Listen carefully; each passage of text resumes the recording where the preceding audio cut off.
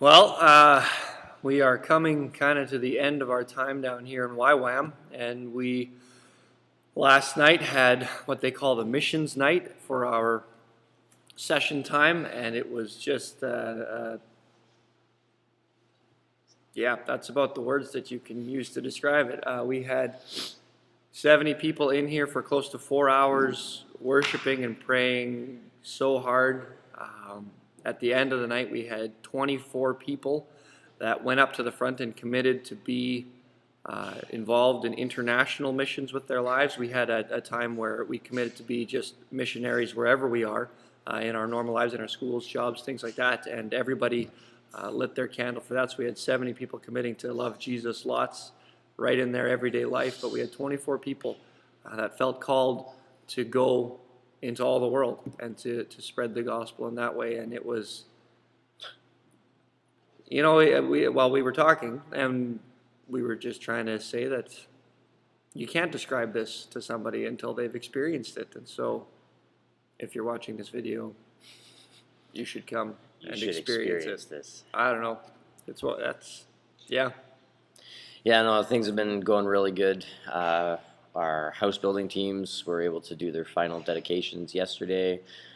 VBS has just really been tracking. We actually got to partner with a new pastor yesterday and do some stuff at his church. We had a team go to the old folks' home and share testimonies. And yeah, there's been so many good things going on here. And like Dustin said last night, and just a lot of our sessions, just the open-heartedness of these students and leaders to pray and to receive prayer and to worship.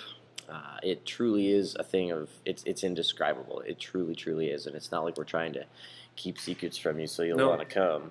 I just don't know how to articulate it. And actually, that was one of the big things as I was going around praying with students last night, was trying to pray for them that they would, somehow God would help them to articulate what he's been doing in their hearts. Somehow they'd be able to articulate just what that is, what it looks like, what it feels like for Jesus to be so real to them. We had a couple of kids that gave their lives to Jesus for the first time last night as well. That was exciting too. Big time. So as you've heard me say lots, one of the things that our prayer for this trip has been is that we would be able to experience Jesus' presence in fresh ways. And beyond any shadow of a doubt, that has happened over and over and over again. Mm-hmm.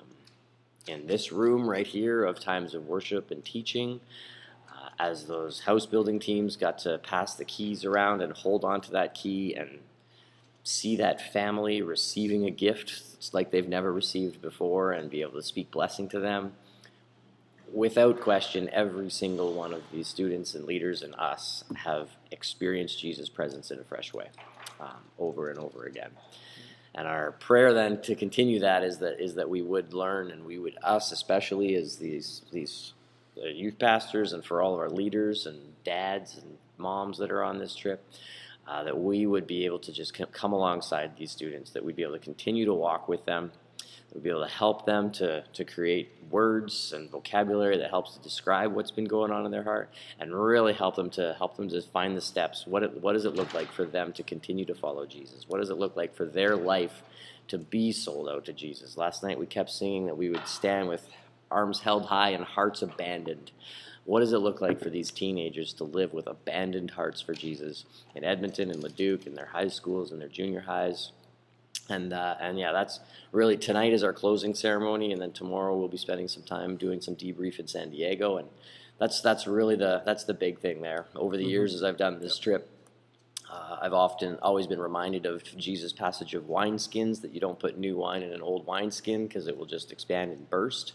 And without any doubt, we are experiencing a place of new wine, of Jesus putting new wine within us. And our prayer is that we would be faithful to him, and that he does it anyway. He's the one that gives us new life. He's the one that makes us to be those new wineskins that can hold that wine. So if you're thinking about us in the next few days, and not just in the next few days, but in the weeks to come, could you please remember to pray for these kids? Remember to pray that these experiences, that they would be stakes just pounded so deeply into the ground, that they would not move, that they would not question.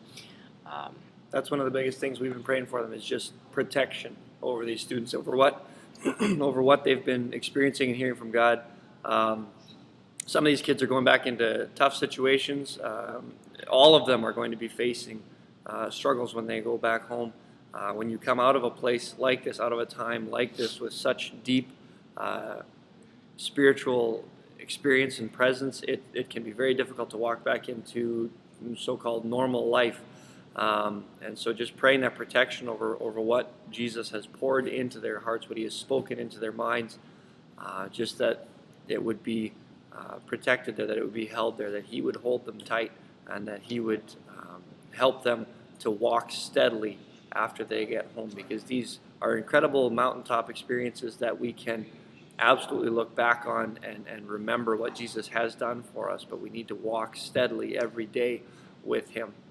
And just so that's our prayer for them, is that they would learn what that means, and that Jesus would show them what that looks like to live life every day with him. And just so you guys know too, we've been praying lots for all of you, that especially as we do come home, that somehow God's grace would enable you to get it, that you'd be able to, that these students would be able to just really communicate clearly to you just some of the stuff that God's done in their hearts, and that you would be able to truly embrace those things with them, and you'd be able to truly celebrate and rejoice with them in these things. So yeah, we want to thank you for following along. And Are you coming back? am I coming back? I'm coming back. I'll be here again. 2013, baby. It's already booked. Well, I'm sure we'll be throwing some more updates up here later. We got some students that still want to share. Just there's been good stuff going on. So stay tuned in. Sorry this one was a little long, but we feel like there was good stuff to say.